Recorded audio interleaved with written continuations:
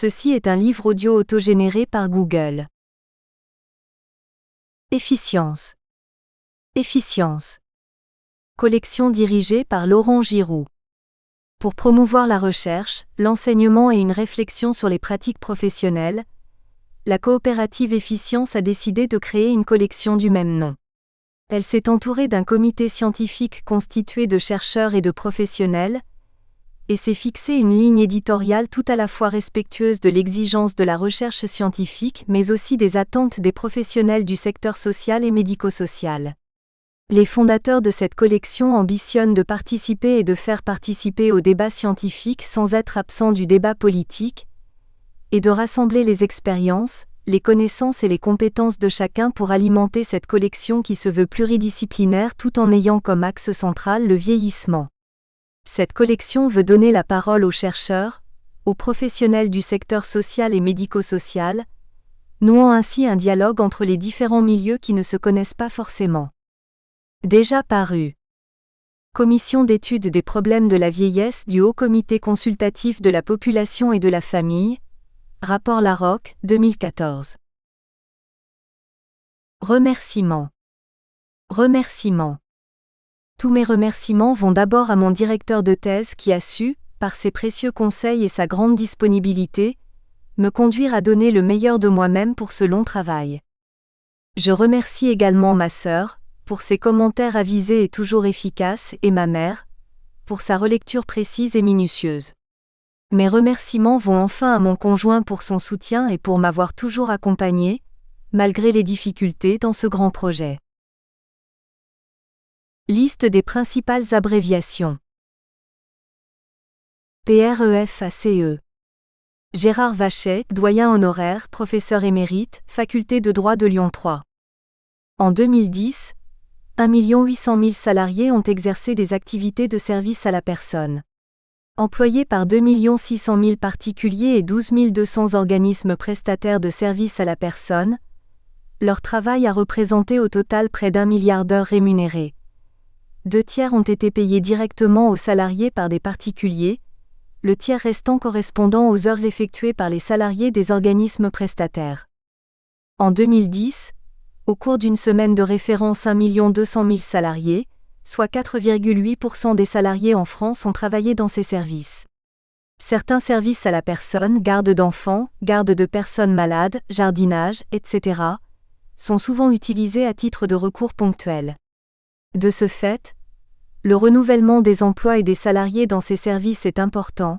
Selon la semaine considérée, le nombre de salariés peut varier dans une amplitude de 10% par rapport à la semaine de référence. L'essor de ce secteur s'explique par les services proposés.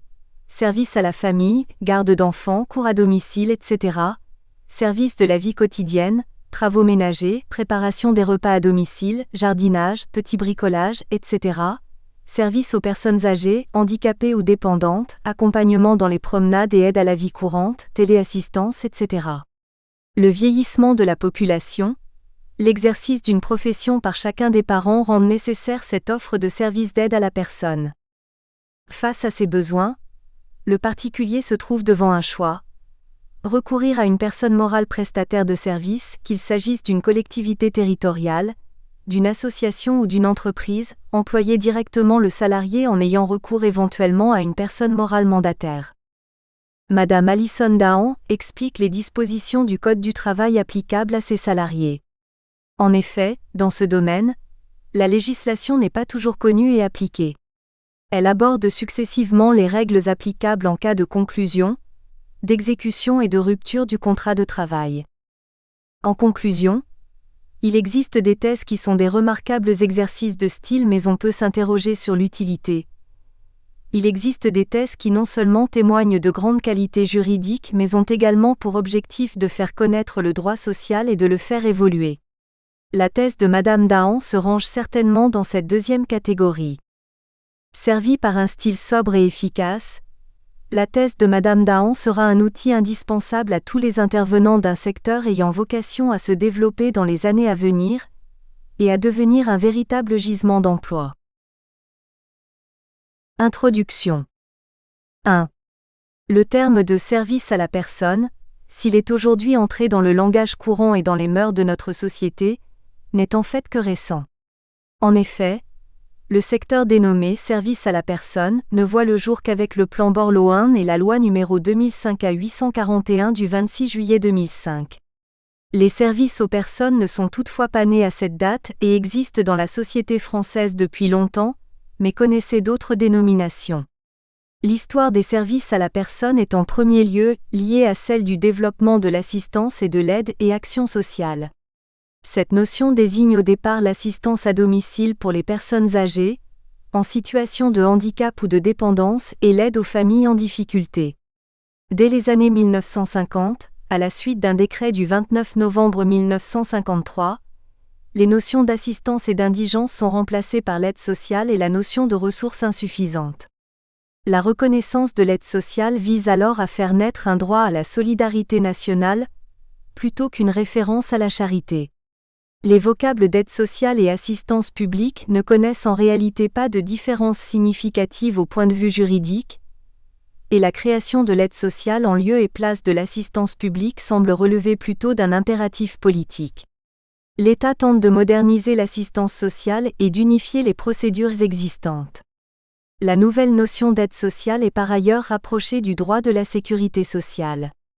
Mais les apports du décret numéro 53-1186 du 29 novembre 1953 sont en définitive relativement limités à une déclaration de principe. 2.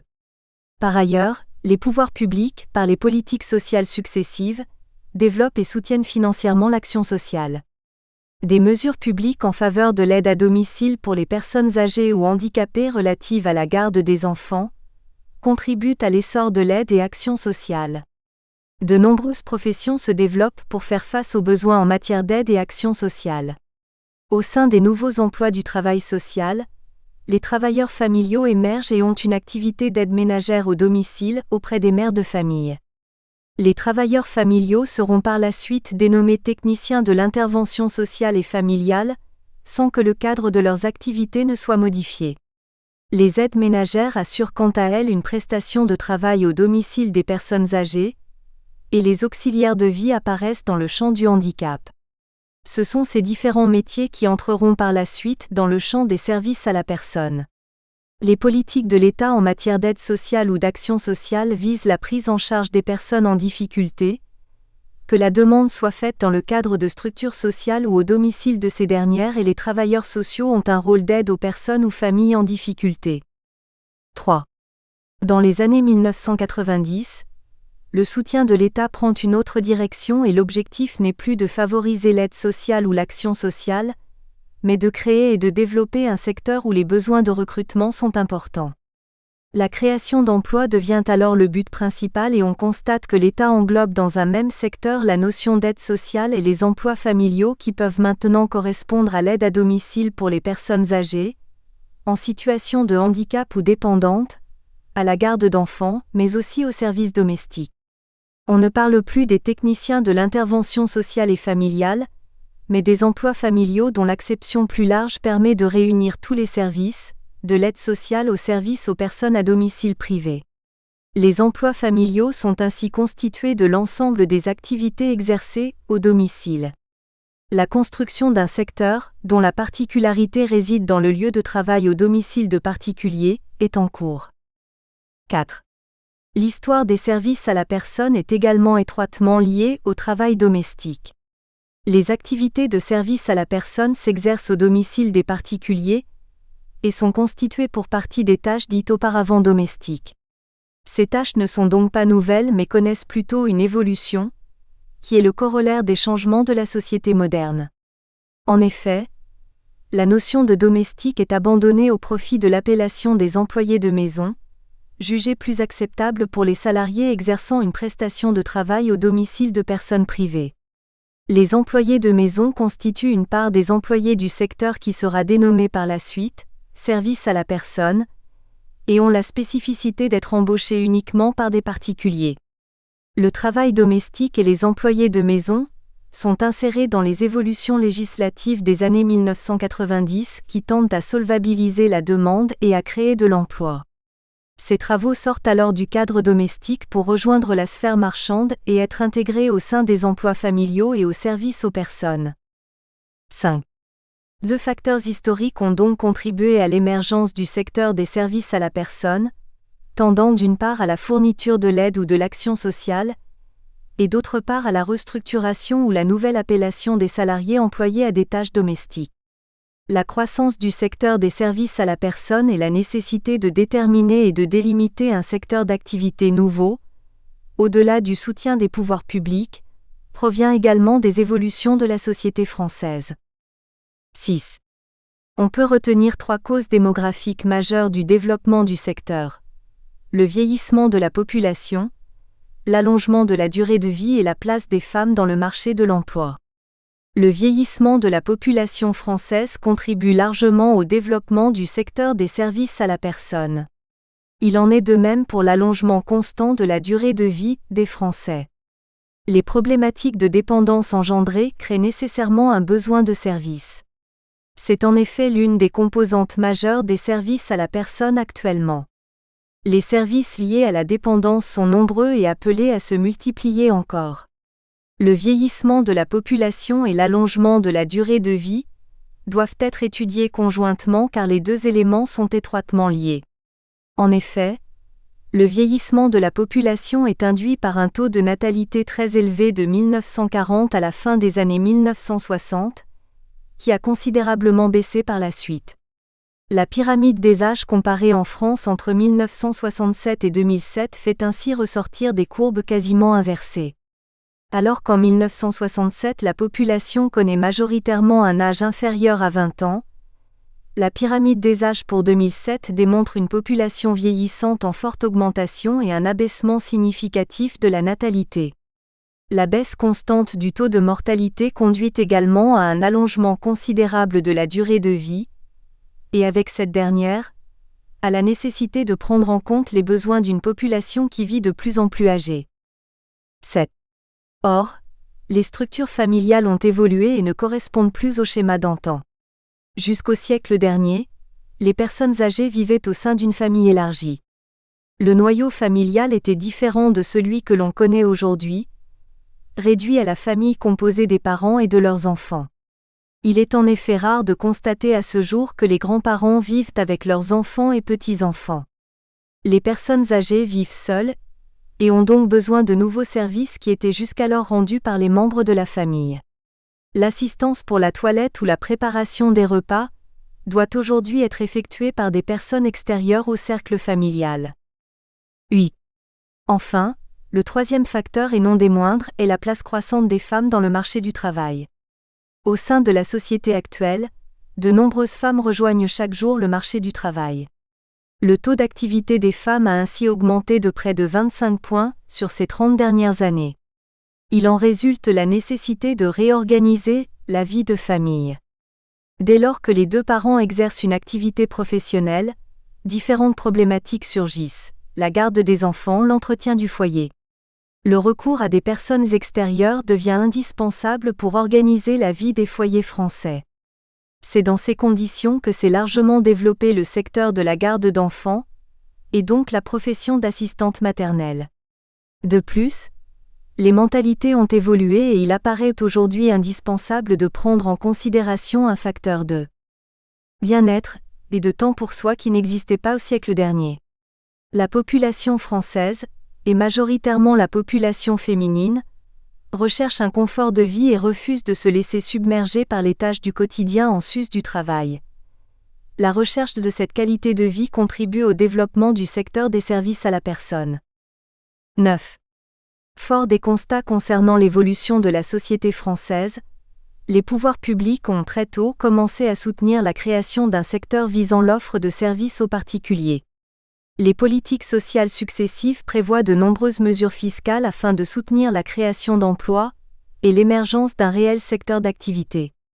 La création d'incitations fiscales auprès des ménages français a vu le jour dès les années 1980. La première mesure significative est celle de l'exonération de charges patronales pour les particuliers employant à leur domicile un salarié, sous condition que l'employeur soit en situation de handicap ou âgé de plus de 70 ans. Quelques années plus tard, de nouvelles incitations fiscales sont engagées et l'on voit apparaître les réductions d'impôts sur le revenu. 10. Dès 1991, les ménages ont pu bénéficier d'une réduction d'impôt pour l'embauche de salariés dans le domaine des services à la personne, dans la limite d'un plafond, par l'introduction de la loi de finances rectificative du 30 décembre 1991. La réduction d'impôt permet alors aux ménages recourant à des services à la personne de bénéficier d'une baisse du montant de leurs impôts correspondant à la moitié des dépenses de services à la personne, dans la limite d'un plafond revu annuellement. Ce plafond est différent en fonction du type de service auquel il est recouru. Les pouvoirs publics ont ainsi la possibilité d'orienter indirectement les dépenses des ménages, en proposant des avantages fiscaux plafonnés de manière différente en fonction des services. Afin de bénéficier des mesures fiscales, l'activité doit correspondre à une activité exercée au domicile du particulier ou être prévue dans son prolongement. Les mesures fiscales sont valables quel que soit le mode de recours à une activité de service à la personne. Le particulier peut employer directement le salarié ou recourir à une structure mandataire ou prestataire de service à la personne, dès lors que cette dernière répond aux conditions prévues par la loi. L'aide financière accordée aux ménages, sous la forme d'une réduction d'impôt, permet une croissance considérable du recours aux services à domicile. 11.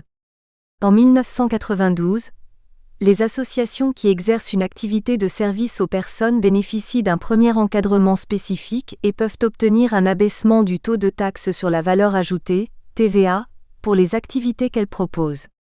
Afin de favoriser la création d'un secteur des services à la personne, le gouvernement engage par ailleurs en 1999 un abaissement de la TVA relative aux activités de service à la personne pour les entreprises. Le taux de TVA peut être limité à 5,5% dès lors que les services rendus aux particuliers par des organismes de service à la personne entrent dans le champ des services à domicile. 12. Mesures phares vouées au développement des services aux personnes ou des services à domicile. La création du chèque-service, dès 1993, ambitionne une simplification du paiement et de la procédure administrative des emplois de service au domicile des particuliers. Après différentes évolutions, le chèque emploi-service sera remplacé en 2005 par le chèque emploi-service universel, CESU, avec la loi numéro 2005-841 du 26 juillet 2005, portant sur le développement des services à la personne. Dès sa création, le CESU a pour objectif clairement annoncé de faciliter l'accès des particuliers à l'aide à domicile et aux services aux personnes. Le CESU, dans sa forme déclarative, a largement contribué au développement des services à la personne et plus particulièrement à la disparition du travail au noir dans le secteur. Il permet de faciliter la déclaration du salarié, et le particulier peut également se libérer des obligations incombant normalement à tout employeur. Le CESU tient lieu de déclaration du salarié auprès de l'Union de recouvrement des cotisations de sécurité sociale et d'allocations familiales, URSSAF. Le centre des CESU établit lui-même les fiches de paye du salarié et les envoie directement à ce dernier, sans passer par l'employeur. Le particulier employeur n'a, quant à lui, qu'à envoyer le volet social du chèque au CESU par courrier ou à procéder à la déclaration par Internet. 13. Les activités concernées par le CESU relèvent cependant uniquement des services proposés aux particuliers qui emploient un salarié à leur domicile. L'activité doit être exclusivement exercée au domicile du bénéficiaire du CESU ou dans le cadre du prolongement d'une activité de service à domicile. Le CESU permet en définitive aux particuliers de bénéficier d'une assistance lors de l'embauche d'un salarié à son domicile.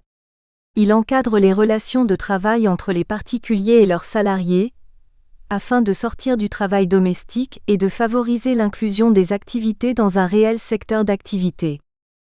14. Les mesures fiscales précédemment énoncées sont valables sous certaines conditions, et au cours des dernières années, les avantages fiscaux et le coût qu'ils induisent sont remis en question. À la suite d'une directive européenne de 2006, l'application d'un taux de TVA abaissé à l'ensemble des activités dénommées à ce jour comme les services à la personne a été revue. Afin d'entrer en conformité avec la réglementation européenne, le gouvernement français a été contraint de revoir l'application du taux de TVA réduit, pour limiter son champ à compter du 1er juillet 2013 aux activités de soins à domicile déterminées par la directive européenne. Le taux de TVA réduit ne bénéficie plus à ce jour à l'ensemble des services, mais uniquement aux activités tournées vers les publics fragiles que sont les personnes âgées, en situation de handicap ou les jeunes enfants. 15.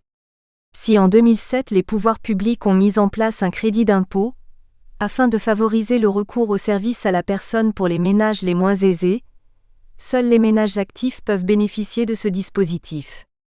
Le dispositif du crédit d'impôt, qui s'ajoute à celui de la réduction d'impôt, permet aux personnes recourant aux services à la personne ne payant pas d'impôt de bénéficier également de mesures fiscales. Cette mesure est par ailleurs utile pour les ménages qui paient un impôt inférieur au montant des dépenses engagées pour une activité de service à la personne. Cependant, le dispositif est réservé aux personnes actives. La personne active doit être définie comme celle qui exerce habituellement une activité professionnelle ou a été inscrite comme demandeur d'emploi, pendant une période minimale de 3 mois sur l'année fiscale. Lorsqu'il s'agit d'un couple, les 2 personnes doivent être actives afin de bénéficier des mesures fiscales. La condition d'exercice d'une activité professionnelle ou de recherche d'emploi exclut ainsi automatiquement la catégorie des retraités. Ces derniers ne peuvent donc bénéficier que de la réduction d'impôt. Le dispositif conduit à écarter les personnes à la retraite qui ne sont pas assujetties à l'impôt sur le revenu et ont donc de faibles pensions. Or, ce sont majoritairement ces ménages qui sont contraints de recourir aux services à la personne. 16. Selon la situation du foyer, l'avantage fiscal va prendre la forme d'un crédit ou d'une réduction d'impôt. Les pouvoirs publics ont en effet souhaité que l'intégralité des ménages faisant appel à des services à la personne bénéficient des avantages fiscaux. Les plafonds de réduction ou de crédit d'impôt sont déterminés chaque année et dépendent des politiques fiscales annuelles. S'agissant des impôts 2014, le plafonnement de la dépense de service pouvant ouvrir droit à la réduction ou au crédit d'impôt est de 12 000 €, outre les conditions spécifiques relatives à certaines activités dont les dépenses sont également plafonnées. Les mesures abaissant le plafond des réductions ou crédits d'impôt devraient évidemment avoir des répercussions sur la croissance du secteur des services à la personne, et plus précisément sur les emplois du secteur. En effet, les mesures fiscales ont très largement contribué au développement de tels services et à l'abaissement du travail dissimulé dans le secteur car elles permettent de réduire en moyenne la dépense de service à la personne de 50%. 17. Mais ces mesures d'aide fiscale ont été vivement critiquées par le passé et font encore aujourd'hui l'objet de nombreux débats. Une étude de l'Institut national de la statistique et des études économiques, INSEE, révèle que les avantages fiscaux profitent en majeure partie aux foyers bénéficiant de la réduction fiscale. C'est ce constat qui fait l'objet des plus vives critiques chaque année. L'avantage profiterait aux ménages aisés, qui n'auraient pas besoin de telles faveurs. La consommation de services à la personne n'est pas la même pour tous les ménages, malgré des besoins qui peuvent être identiques. La dépense de services est minorée grâce aux dispositifs fiscaux mais demeure réelle. Or, les ménages les moins aisés peuvent difficilement faire face à de telles dépenses et être contraints de choisir de ne pas recourir à une activité de service à la personne. De plus, les ménages sont dans l'obligation d'avancer l'intégralité de la dépense avant de percevoir le remboursement prévu par les mesures fiscales sous forme de crédit ou d'abaissement d'impôt. 18. De telles mesures ont permis la création de nombreux emplois et la disparition d'une large partie du travail dissimulé dont étaient victimes nombre de salariés du secteur. Certes, l'avantage fiscal semble favoriser les ménages de la catégorie moyenne supérieure, mais il permet aussi la création d'emplois et la pérennisation d'un secteur qui ne connaîtra jamais la délocalisation, et réinsère dans le monde du travail des personnes souvent peu ou pas qualifiées qui ont des difficultés à trouver leur place dans le marché du travail. Le secteur des services à la personne comprend des activités dont les ménages ne peuvent faire l'économie. Ainsi, les gardes d'enfants ne peuvent être diminuées ou remplacées en fonction de l'attribution ou non d'un avantage fiscal. Les ménages à revenus moyens devront donc rapidement rechercher si la dépense générée par la garde d'enfants n'excède pas le plus bas des 2 revenus du foyer. Dans ces conditions, une baisse des avantages fiscaux pourrait être lourde de conséquences. Nombre d'activités du secteur des services à la personne sont quant à elles des activités de services qui ont pour unique objet d'améliorer le confort de vie des foyers. Ainsi en est-il du ménage et du repassage, qui font partie des activités les plus développées du secteur. Ces activités ne peuvent être considérées comme une prestation indispensable, mais participent au bien-être des foyers français. 19. Dès lors, il convient de réfléchir au devenir de ces activités si les mesures fiscales diminuent voire disparaissent, qu'il s'agisse de la baisse de la TVA ou des aides relatives à l'impôt sur le revenu. Les ménages continueront-ils à recourir à de tels services, ou ce type d'activité sera-t-il à nouveau exécuté par les membres du foyer ? La baisse des avantages fiscaux risque évidemment de conduire également à un retour au travail dissimulé, économie souterraine qui nuit à l'économie française. Le risque, non des moindres, est également une hausse du chômage, alors que l'État français connaît une période très difficile au niveau de l'emploi. La diminution ou la disparition des dispositifs fiscaux dans le domaine des services à la personne peut avoir des conséquences qu'il faut prendre en considération avant de songer à modifier le système. 20. Le développement des activités dénommées « services aux personnes » ou « services à domicile » a connu un changement majeur en 2005. La loi numéro 2005-841 du 26 juillet 2005 introduit définitivement le terme de service à la personne et prévoit un plan de développement considérable de ces derniers. Le secteur des services à la personne est né et son encadrement est nécessaire. Le Code du travail est modifié afin d'intégrer les services à la personne et les règles qui leur sont applicables. Peu après, le décret numéro 2005-1281 du 14 octobre 2005 met en place l'Agence nationale des services à la personne chargée de promouvoir et développer les services à la personne. En effet, comme cela a déjà été évoqué, le secteur des services à la personne, porté par les politiques publiques successives, a connu un empilement législatif. Il est apparu au fil du temps que le secteur pouvait souffrir d'une image négative. Les services à la personne, s'ils connaissent aujourd'hui cette dénomination, ne sont autres que les anciens emplois domestiques pour une large part. De même, au-delà de la connaissance des emplois tournés vers les particuliers, la reconnaissance d'un réel secteur d'activité ne pouvait pas être envisagée sans encadrement. La création de l'Agence nationale des services à la personne devait donc permettre de promouvoir le développement et la qualité des services à la personne. 21. L'Agence nationale des services à la personne a pris la forme d'un établissement public à caractère administratif sous la tutelle de deux ministères, le ministère du Travail, de l'Emploi, de la formation professionnelle et du dialogue social et le ministère de l'Artisanat, du Commerce et du Tourisme. La mission de l'Agence nationale des services à la personne, dès la création du secteur, a été la promotion de ce secteur nouveau et encore mal connu. Cependant, au-delà de la promotion, les objectifs principaux de la création de l'Agence nationale des services à la personne correspondaient à la volonté de structurer l'offre de services et d'assurer une cohésion du secteur. La création de cet établissement a permis de mettre en avant des activités organisées autour d'un unique secteur et de promouvoir une structuration normalisée des services à la personne, regroupant l'intégralité des activités et des types d'employeurs présents dans le marché. L'Agence nationale des services à la personne était enfin chargée de centraliser l'ensemble des démarches administratives relatives à la déclaration ou à l'agrément, autorisant les différentes structures à exercer une activité de service à la personne. 22. Cependant, les missions de l'Agence nationale des services à la personne définies par le décret numéro 2005-1281 du 14 octobre 2005 visaient à assurer un développement efficace et organisé du secteur et ne devaient pas perdurer. L'Agence nationale des services à la personne a ainsi été supprimée et ses missions confiées à son administration de tutelle, la Direction générale de la compétitivité, de l'industrie et des services, rattachée au ministère chargé de l'économie et des finances depuis le 31 décembre 2013. 23.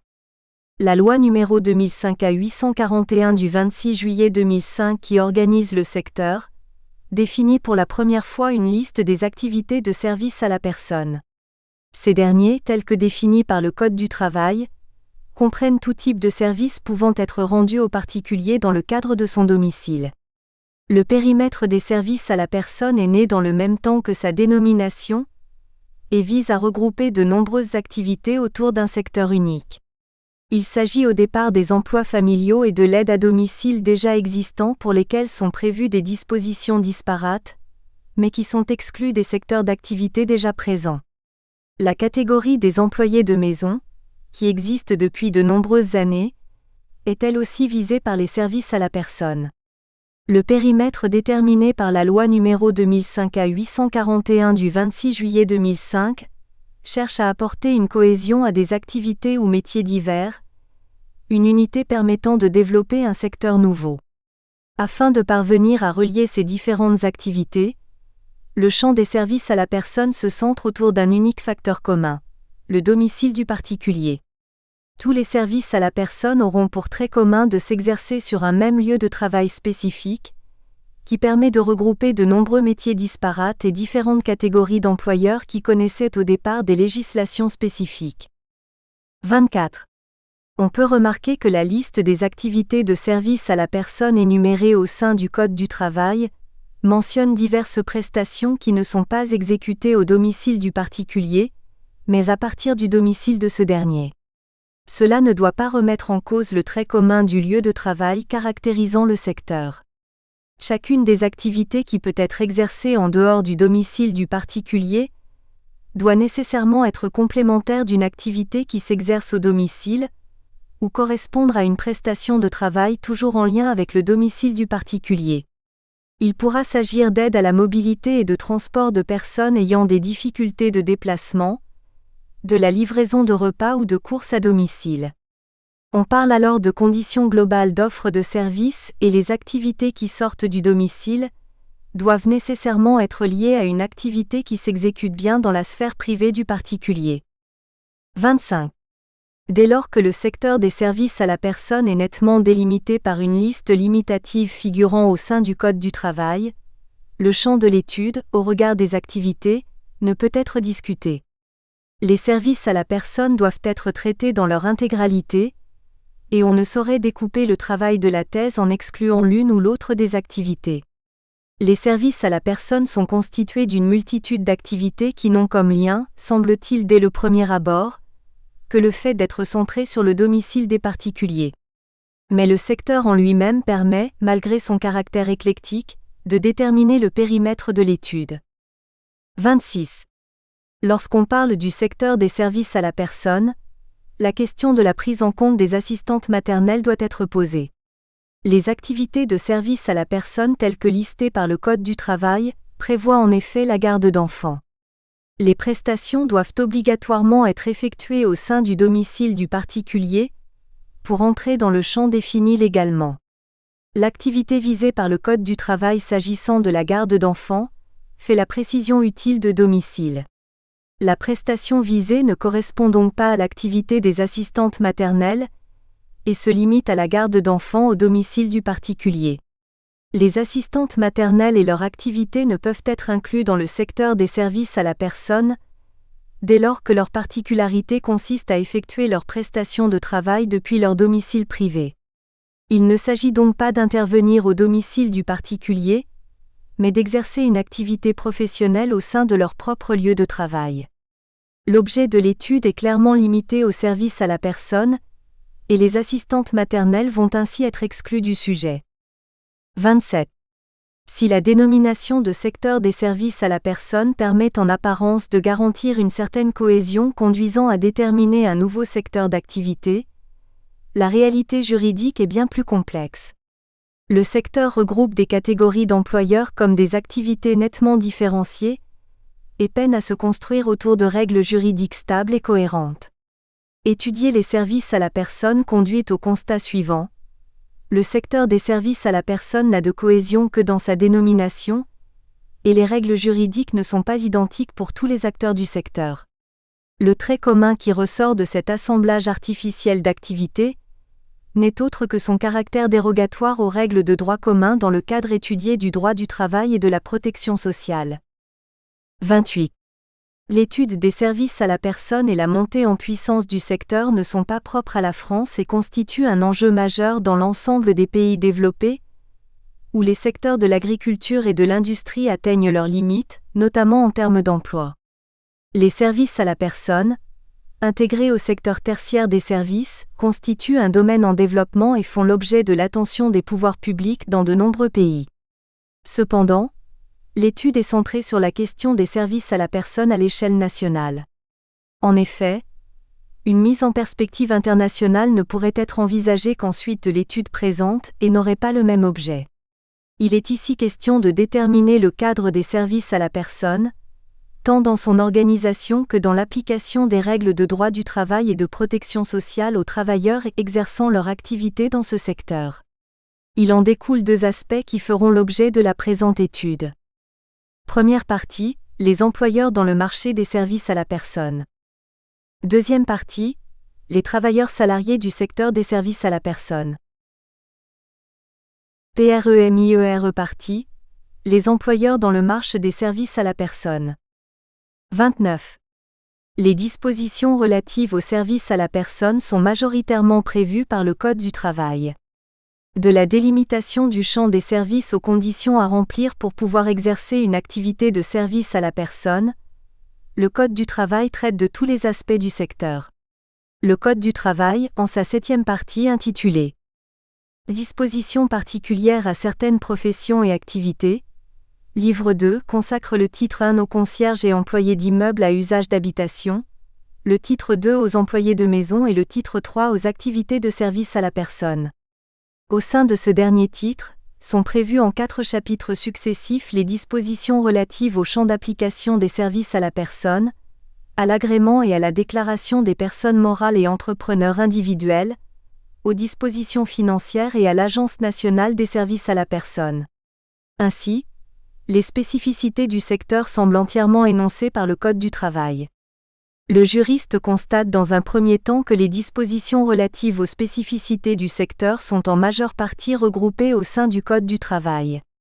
Cependant, après une brève analyse, on peut être étonné que des dispositions financières ou relatives aux conditions d'exercice des services à la personne soient prévues au sein du Code du travail.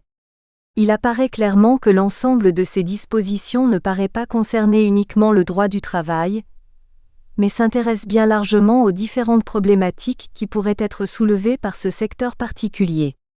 C'est cet état de fait qui nous conduit à traiter de l'intégralité du domaine au sein des présents travaux. En effet, on ne peut envisager le secteur que dans sa globalité telle qu'elle a été formulée au sein de Code du travail, et il était donc indispensable d'analyser l'intégralité des dispositions prévues par le Code précité sans pouvoir faire le choix de traiter le sujet de manière parcellaire. 30. Une deuxième spécificité du secteur apparaît. Les dispositions relatives aux services à la personne ne sont pas uniquement prévues par le titre 3 du livre 2, chapitre 7 du Code du travail. En effet, ce titre ne s'intéresse qu'aux personnes morales et exclut les particuliers employeurs qui sont cependant acteurs majeurs et historiques du secteur des services à la personne. Ces derniers sont rattachés au titre 2 du même livre et sont soumis à des dispositions spécifiques. Enfin, précisons que le Code de l'action sociale et des familles connaît certaines dispositions qui peuvent avoir un effet dans le champ des services à la personne. Il en est ainsi dans le cadre d'établissements et services sociaux et médico-sociaux, qui peuvent être amenés à exercer certaines activités de service à la personne. 31. La structuration du secteur des services à la personne doit être envisagée par 3 titres complémentaires. Ainsi, l'exercice d'une activité de service à la personne apparaît strictement encadré par le Code du travail, titre I. Le marché se découpe autour de 2 types d'acteurs qui seront examinés successivement. Les personnes morales qui sont soumises à l'encadrement précité, titre 2, et les personnes physiques, les particuliers employeurs qui font figure d'exception dans les services à la personne, titre 3. Titre 1. Les conditions d'exercice des activités de service à la personne. Titre 2. Les personnes morales employeurs dans le secteur des services à la personne. Titre 3. L'emploi par des particuliers, une exception dans le cadre des services à la personne. Titre 1. Les conditions d'exercice des activités de service à la personne. 32. Les services à la personne, par leur caractère hétérogène, ont rapidement montré la nécessité de poser un cadre normatif commun protecteur des bénéficiaires des services et des travailleurs du secteur. C'est dans ces conditions que la loi rénove en 2005 les agréments qui prennent la forme d'agréments qualité et simple. L'agrément qualité devait permettre aux structures intervenant auprès de publics fragiles de répondre aux mêmes conditions d'exercice et dans un cadre commun. Mais si la création du secteur des services à la personne a nécessité l'élaboration d'un cadre d'exercice commun, il faut rappeler que les associations et les collectivités territoriales exerçaient déjà des missions de service ou d'aide à la personne dans le cadre de l'aide sociale, et devaient obtenir sous condition une autorisation du Conseil général pour exercer leur activité. 33. La loi numéro 2010-853 du 23 juillet 2010 a modifié les conditions d'exercice des services à la personne et supprimé les deux catégories d'agréments qui existaient jusqu'ici, et encadré les activités des services à la personne. Ces dernières ont été remplacées par un unique agrément, nécessaire à l'exercice d'une activité de service auprès des publics fragiles. Une nouvelle procédure de déclaration a vu le jour avec la loi numéro 2010-853 du 23 juillet 2010, qui permet aux personnes morales ou entrepreneurs individuels de bénéficier de différents avantages. L'obtention d'un agrément est aujourd'hui réservée aux activités de service à la personne visant des publics dits sensibles ou fragiles, tels que listés par le Code du travail. L'agrément simple a quant à lui été supprimé. La procédure d'autorisation par le Conseil général est toujours valable et connaît la même valeur que l'agrément. L'Agence nationale des services à la personne, dont l'une des missions est de permettre une meilleure lisibilité du secteur, ne mentionne que rapidement la procédure de l'autorisation alors que cette dernière connaît encore une relative importance dans le marché des services à la personne. 34. La loi numéro 2010-853 du 23 juillet 2010 a modifié les conditions relatives à l'agrément. Ainsi, depuis le 23 novembre 2011, les organismes de services à la personne répondent à l'agrément ou à la déclaration. Les anciens agréments simples et qualité ont totalement disparu et il est donc important de préciser quelles vont être les conséquences pour les structures qui sont, à la date d'application de la nouvelle loi, sous les conditions de l'ancien régime. L'agrément qualité, qui s'est mué en agrément, ne pose aucune difficulté majeure dans la mesure où ses conditions restent relativement identiques. Toute structure bénéficiant d'ores et déjà d'un agrément qualité en cours de validité ne basculera vers le nouveau système d'agrément qu'à compter de la fin de validité de son agrément. Pour mémoire, l'ancien agrément qualité avait la même durée de vie de 5 ans que le nouvel agrément. L'organisme ayant déjà obtenu l'ancien agrément qualité devra répondre aux conditions de renouvellement de l'agrément, telles que prévues par le Code du travail. 35. Le changement majeur de la loi numéro 2010-853 du 23 juillet 2010 est la suppression de l'ancien agrément simple. Les conditions d'accès aux avantages fiscaux et sociaux sont dorénavant conditionnées à la déclaration, et l'agrément ne peut permettre seule leur attribution.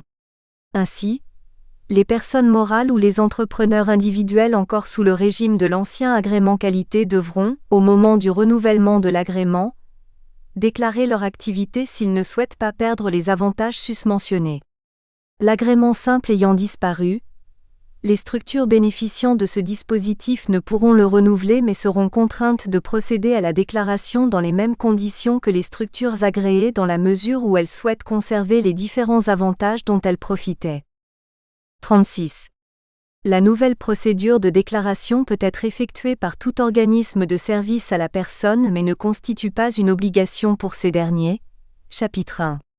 Les activités de service à la personne tournées vers des publics fragiles doivent justifier de l'obtention de l'agrément, chapitre 2, ou de l'autorisation donnée par le Conseil général, chapitre 3. Le choix pour les organismes de l'agrément ou de l'autorisation doit être déterminé en fonction des avantages apportés par chacun des régimes, chapitre 4. Chapitre 1, la déclaration. 37. La procédure de déclaration des activités de service à la personne a été mise en place par la loi numéro 2010-853 du 23 juillet 2010. Ainsi, depuis le 23 novembre 2011, Toute structure exerçant une activité de service à la personne peut déclarer la liste des activités qu'elle propose à ses clients. La déclaration des activités de service à la personne suit une procédure très simplifiée et permet avant tout aux structures de bénéficier et faire bénéficier à leurs clients d'avantages sociaux et fiscaux. Seule la déclaration des organismes exerçant des activités de service à la personne autorise le bénéfice de tels avantages, ce qui conduit toutes les structures du domaine des services à la personne à déclarer leurs activités, y compris les structures exerçant des prestations nécessitant l'agrément. On comprend alors aisément que la procédure de déclaration soit toujours effectuée. 38. La loi numéro 2010-853 du 23 juillet 2010 supprime et remplace l'ancien agrément simple par la déclaration afin de permettre la mise en conformité du droit national avec la directive européenne dite directive Service. La condition d'activité exclusive ne peut être liée à l'agrément, car elle empêche le libre exercice des activités économiques. Il est utile de connaître précisément la procédure de déclaration, section I, afin de pouvoir déterminer quel est l'intérêt de cette dernière, section 2. Le non-respect des conditions de la déclaration et les sanctions devront enfin être traitées, section 3. Section I. La procédure de déclaration. 39. La procédure de déclaration des activités de service à la personne est prévue par le Code du travail, aux articles L. 7232-1 et suivants. Cette procédure très simple doit être effectuée auprès de l'unité territoriale de la Direction régionale des entreprises, de la concurrence, de la consommation, du travail et de l'emploi, directe, compétente du lieu du siège social de la structure ou du lieu d'implantation de l'entrepreneur individuel. La procédure peut être suivie selon deux moyens. Déclaration en ligne sur le site de l'Agence nationale des services à la personne ou déclaration papier directement auprès de la directe compétente. En effet, les organismes de service à la personne ont la possibilité de déclarer leur activité directement au sein de l'extranet Nova, de l'Agence nationale des services à la personne, qui précise par ailleurs l'intégralité des conditions propres à la déclaration. La déclaration initiale doit mentionner l'adresse et la raison sociale de la structure ou, le cas échéant, les coordonnées de l'entrepreneur individuel. L'adresse complète des différents établissements doit aussi être précisée. L'organisme a également l'obligation de s'engager à respecter la clause d'exclusivité d'exercice de service à la personne, telle que mentionnée au sein de l'article D 7231-1 du Code du travail, et doit préciser la liste des activités qui vont être proposées. Il convient ainsi de relever que la structure qui déclare des activités auprès de l'Agence nationale des services à la personne doit donner une liste exhaustive des activités qu'elle entend offrir à ses clients, et ne peut les modifier sans en faire le signalement. Si les structures souhaitent proposer de nouvelles activités, elles doivent impérativement en faire la déclaration.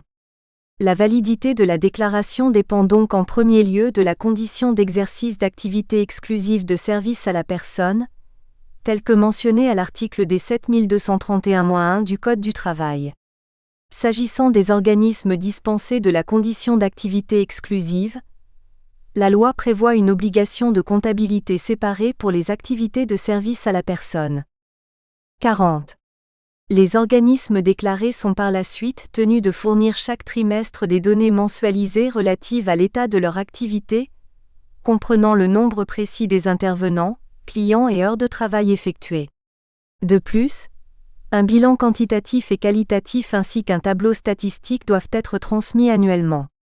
L'organisme a la possibilité de fournir ces données directement sur l'extranet Nova ou d'adresser les documents sous format papier à l'unité territoriale de la directe compétente du lieu de son siège social. On note que les organismes préfèrent majoritairement opter pour une déclaration dématérialisée.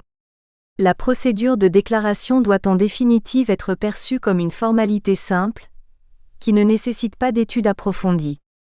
On rappellera toutefois que les formes de la déclaration sont décrites par l'Agence nationale des services à la personne et n'appellent pas plus de précision. L'étude de la déclaration ne peut être envisagée sans expliciter maintenant l'intérêt que les structures de service à la personne retirent du suivi d'une telle procédure. Section 2. Les avantages liés à la déclaration. 41. La procédure de déclaration permet de bénéficier des dispositions de l'article L7233-25 du Code du travail relatif aux avantages sociaux et fiscaux pour les organismes de service à la personne comme pour les clients des différentes structures. Au-delà de cet avantage évident, la déclaration des activités de service à la personne a permis de recenser toutes les structures et les activités qui sont exercées par chacune d'elles. Ainsi, l'Agence nationale des services à la personne recueille, via l'extranet Nova, toutes les informations relatives aux structures ayant déclaré leur activité.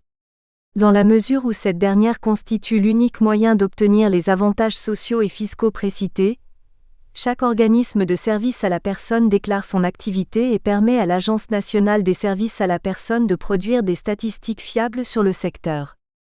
De même, cette centralisation doit permettre à l'Agence nationale des services à la personne d'harmoniser les règles applicables au secteur. 42. Les avantages fiscaux et sociaux mis en place par les politiques sociales et économiques successives pour ce secteur nécessitent par ailleurs une vérification de leur juste attribution. Des organismes peu scrupuleux pourraient, sous couvert d'exercer une activité de service à la personne, proposer d'autres prestations en facturant des services à la personne afin de bénéficier des avantages financiers. La condition d'activité exclusive prévue pour la déclaration permet donc d'éviter les fraudes et de contrôler les bonnes pratiques des structures. La déclaration des activités de service à la personne par la personne morale ou l'entreprise individuelle permet d'obtenir des avantages sociaux et fiscaux tant pour l'organisme que pour ses clients. Cependant, dans l'hypothèse où l'organisme de service à la personne ne respecterait plus les conditions relatives à la déclaration, la loi prévoit des sanctions. Section 3. Le non-respect des conditions de la déclaration. 43. Le contrôle et les sanctions prévues par la loi n° 2010-853 du 23 juillet 2010 mettant en place la déclaration sont absolument novateurs. En effet, la loi n° 2005-841 du 26 juillet 2005 relative au service à la personne n'avait que marginalement prévu les sanctions du non-respect de l'agrément simple, remplacé aujourd'hui par la déclaration. Or, il était malaisé de faire respecter les règles mises en place dès lors qu'aucune procédure de contrôle stricte n'était prévue et que la violation des conditions de l'agrément ne conduisait pas à des sanctions assez importantes pour faire craindre le non-respect des règles. La loi n° 2010-853 du 23 juillet 2010 instaure un contrôle par une procédure précise, et de réelles sanctions. 3. En cas de non-respect des conditions relatives à la déclaration des activités de service à la personne. Le contrôle de la déclaration. 44. La loi n° 2010-853 du 23 juillet 2010 met en place une procédure de contrôle du respect des conditions exigées pour la déclaration. Le Code du travail prévoit que le contrôle des activités des organismes déclarés doit maintenant être effectué par les inspecteurs ou contrôleurs du travail. Les agents de la concurrence, de la consommation et de la répression des fraudes sont également habilités à effectuer des contrôles. La constatation d'infraction donne lieu à l'établissement d'un procès-verbal. Le contrôle peut porter sur la condition d'activité exclusive. L'inspecteur vérifie alors que l'organisme exerce bien exclusivement une activité de service à la personne, telle que prévue à l'article D7231-1 du Code du travail. Le contrôle peut également porter, si la structure bénéficie d'une dispense d'activité exclusive, sur la bonne tenue d'une comptabilité distincte pour l'activité de service à la personne. La condition d'activité globale pour certaines activités de service à la personne peut en outre être vérifiée. Enfin, le contrôle peut porter sur le respect de la transmission de l'état de l'activité, du bilan qualitatif et quantitatif des activités et du tableau statistique prévu pour l'obtention de la déclaration. Les infractions relatives à la facturation et à la comptabilité des organismes de service à la personne peuvent aussi générer le retrait de la déclaration.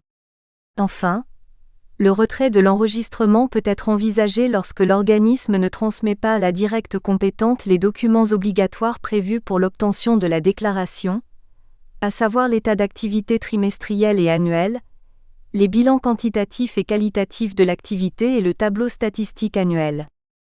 Le contrôle du respect des conditions de la déclaration conduit la directe, si l'organisme ne respecte pas ses obligations, à respecter une procédure stricte afin de procéder au retrait de l'agrément. La procédure de retrait de la déclaration. 45. La décision de retrait de l'enregistrement d'une déclaration est prise par l'unité territoriale compétente de la directe dont dépend l'organisme concerné. La procédure de retrait de la déclaration ne connaît pas de spécificité en fonction de l'infraction relevée, qu'il s'agisse de la condition d'activité exclusive, de la comptabilité séparée, de l'offre globale ou de la transmission des documents susmentionnés. Cependant, s'agissant de la transmission des données, l'organisme doit s'être soustrait de manière répétée à ses obligations avant l'envoi de la mise en demeure. 46. Dès lors qu'une infraction aux conditions de la déclaration a été relevée, l'organisme de service à la personne doit être destinataire d'une mise en demeure motivée, envoyée par lettre recommandée avec accusé de réception. La personne morale ou l'entreprise individuelle dispose alors d'un délai de 15 jours francs à compter du lendemain de la première présentation de la lettre recommandée, pour présenter ses observations et s'engager à satisfaire à ses obligations. Les conditions de réponse ne sont pas expressément prévues par la loi, mais il semble évident que la réponse doit être effectuée, pour des questions de preuve, par lettre recommandée avec avis de réception et être motivée. Il est utile de relever que les conditions relatives à la procédure de contrôle ne sont pas prévues par le Code du travail, mais sont précisées par décret. Le retrait de la déclaration conduit l'organisme à supporter différentes sanctions qu'il convient d'aborder, afin de connaître les conséquences du non-respect de cette dernière. 3. Les conséquences du retrait de la déclaration. 47. La loi numéro 2010-853 du 23 juillet 2010 instaure une sanction stricte dès lors que les conditions d'enregistrement de la déclaration ne sont plus remplies. Dans l'hypothèse du non-respect de la condition d'activité exclusive, l'organisme de service à la personne sera privé des avantages sociaux et fiscaux pendant une durée de 12 mois.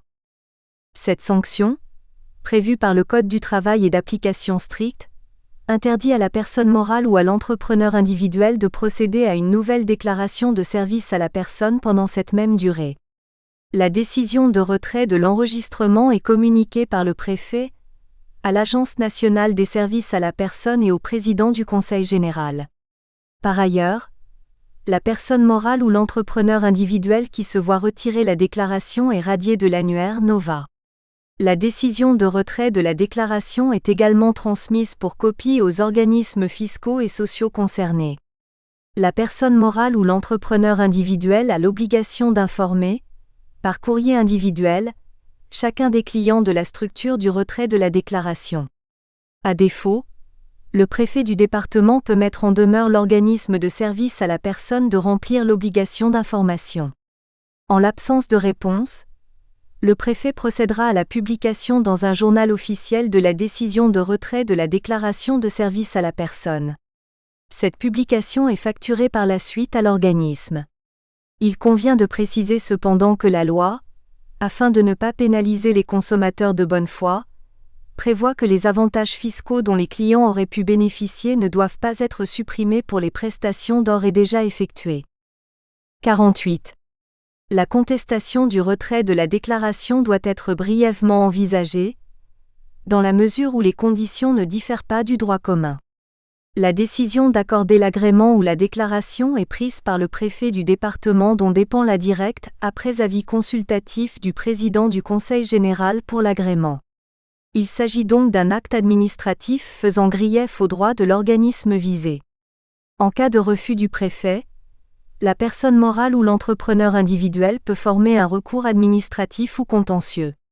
Comme pour tout acte administratif faisant grief, les voies de recours doivent être mentionnées dans la décision de refus ou de retrait de l'agrément ou de la déclaration. Le recours administratif peut prendre la forme d'un recours gracieux, exercé directement devant la directe ayant pris la décision, dans les formes prévues par le droit commun. L'organisme peut également choisir de former un recours hiérarchique devant le ministre de l'Économie, des Finances et de l'Industrie. Le recours peut également suivre la procédure du recours contentieux et doit alors être exercé devant le tribunal administratif territorialement compétent contre la Directe. Les contentieux en cause d'appel et devant le Conseil d'État sont traités par la Directe. 49. Le Code du travail qui prévoit les conditions dans lesquelles un organisme peut se voir retirer ou refuser un agrément ne mentionne pas les recours contre de telles décisions.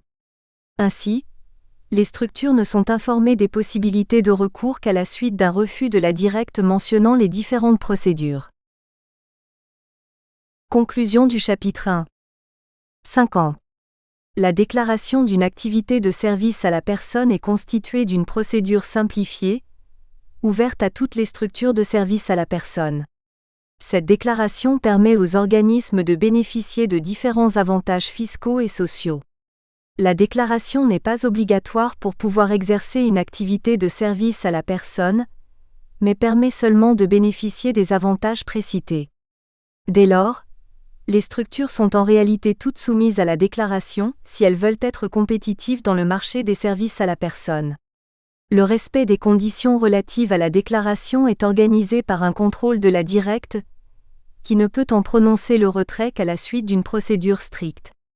Ce retrait de la déclaration d'activité de service à la personne conduit alors l'organisme à être écarté des avantages sociaux et fiscaux. Chapitre 2. La GREMENT. 51. L'agrément a été créé en 1991, mais était réservé aux organismes à but non lucratif et n'a été étendu qu'en 1996 aux entreprises. Cependant, ce n'est qu'avec le plan Borloo 1, porté par la loi numéro 2005-841 du 26 juillet 2005, qu'il va prendre toute sa dimension.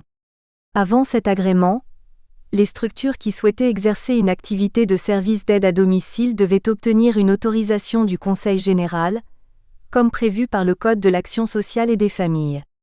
La loi numéro 2010-853 du 23 juillet 2010 conserve la nécessité d'obtenir un agrément pour l'exercice des activités tournées vers un public dit sensible. L'agrément remplace l'ancien agrément dit qualité. L'agrément simple, quant à lui, a été supprimé et ne connaît pas de nouvelles dispositions. En effet, cet agrément visait uniquement à contraindre les structures à exercer une activité de service à la personne exclusive.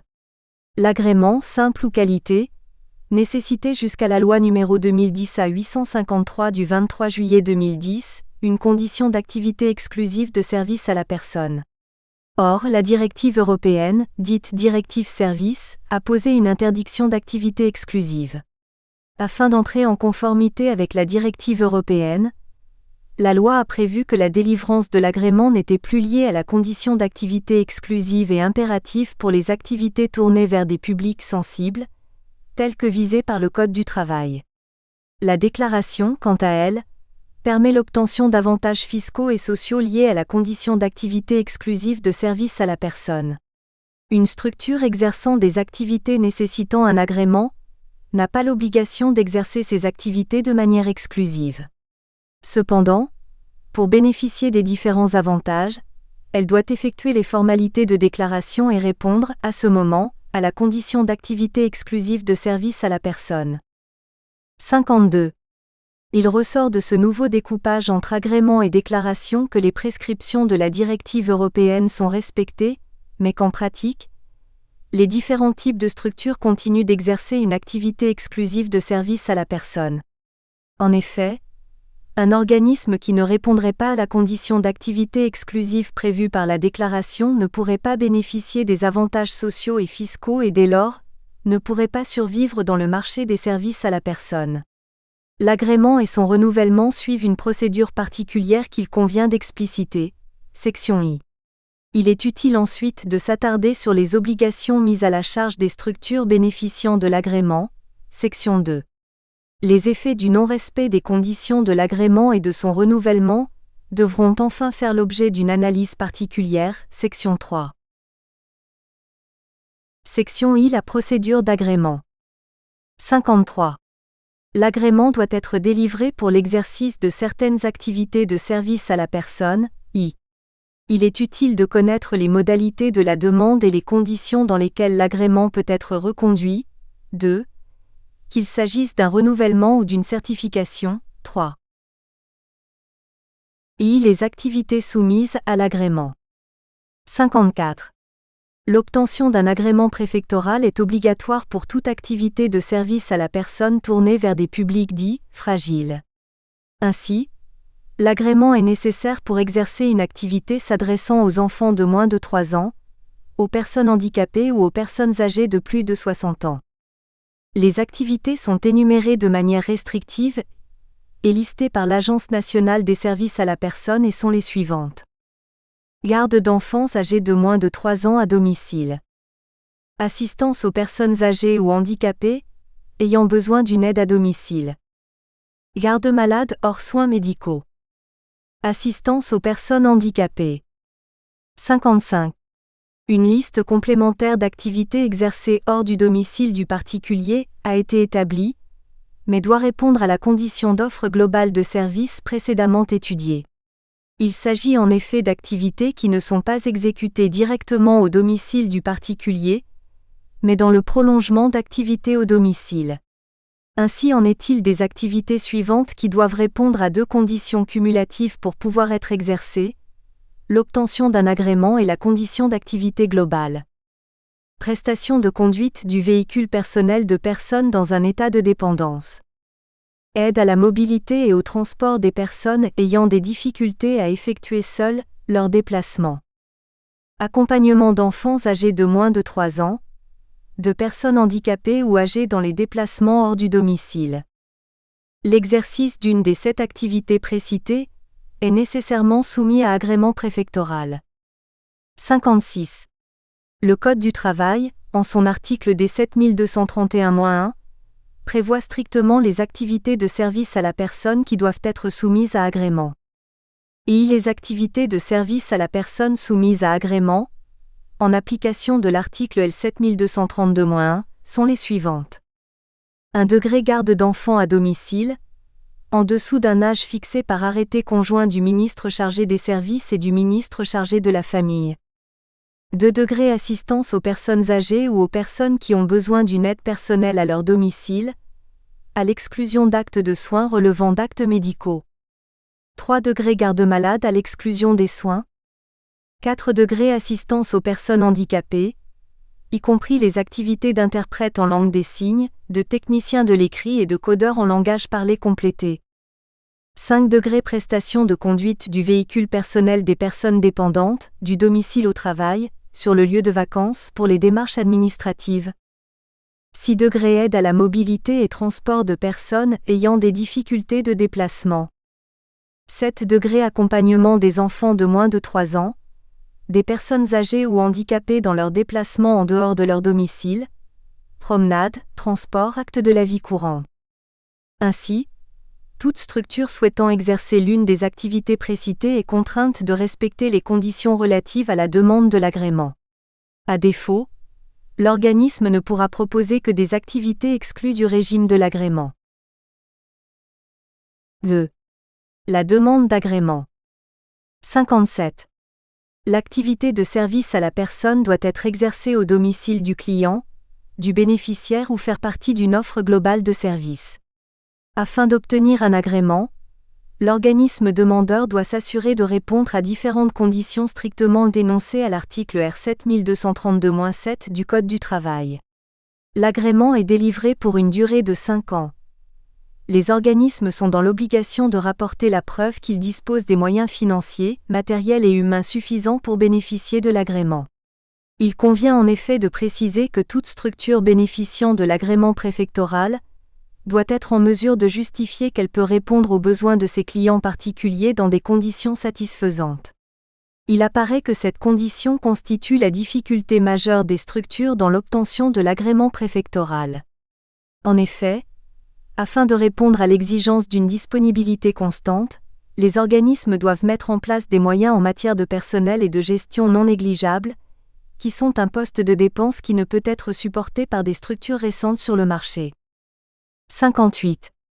L'organisme qui souhaite obtenir un agrément préfectoral a l'obligation de s'engager à respecter un cahier des charges établi par arrêté ministériel du 26 décembre 2011 et prévu sous l'article R 7232-7 du Code du travail. Il convient de noter que le cahier des charges avait déjà été prévu dans la loi numéro 2005-841 du 26 juillet 2005, qui a été abrogée par l'arrêté précité. Ce cahier des charges devait être respecté pour toute structure souhaitant obtenir l'ancien agrément qualité. Le cahier des charges prévoit les conditions dans lesquelles les organismes de service à la personne agréés doivent exercer leurs activités, qu'ils soient mandataires, prestataires ou qu'il s'agisse d'une activité de mise à disposition. L'objectif majeur du cahier des charges est de veiller à la qualité des prestations fournies par les structures et à la bonne information des bénéficiaires ou des membres des familles des bénéficiaires. Ainsi, chaque organisme doit être en mesure de prouver le suivi scrupuleux du cahier des charges.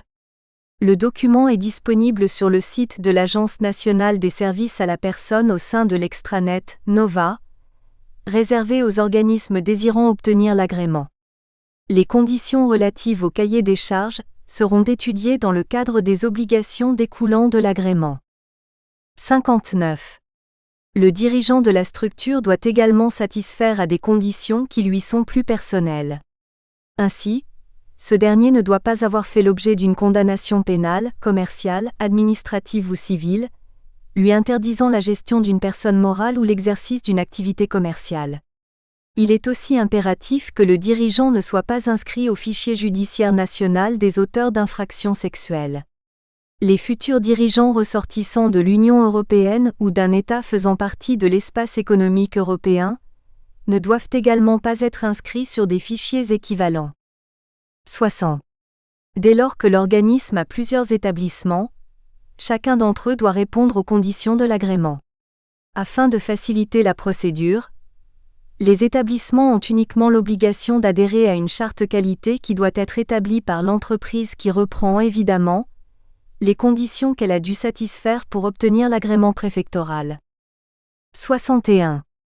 La question du groupe d'entreprises ne s'est à ce jour pas posée dans un secteur où la majorité des structures font partie des très petites entreprises. Ainsi, l'Agence nationale des services à la personne constate qu'en 2007, 70% des entreprises emploient un nombre de salariés inférieur à 10. Cependant, il est utile de préciser dans un tel cas que le groupe d'entreprises doit être en mesure de prouver qu'il satisfait aux conditions de l'agrément et fournisse pour chaque entreprise les données prévues pour l'obtention de l'agrément préfectoral. La création d'une charte qualité ne pourrait suppléer la nécessité d'obtenir l'agrément, dans la mesure où ce dernier est instauré de manière obligatoire pour toute structure souhaitant exercer une activité tournée vers un public fragile. L'obtention de l'agrément est conditionnée au respect des conditions énumérées ci-avant. Cependant, la durée de validité de ce dernier est limitée et l'organisme doit faire la demande du renouvellement ou d'une certification dans certaines conditions, s'il souhaite pouvoir continuer à exercer ses activités. 3. Nous espérons que vous avez apprécié cet aperçu. Pour continuer à écouter ce livre audio sur Google Play Livres, utilisez le lien dans la description de la vidéo.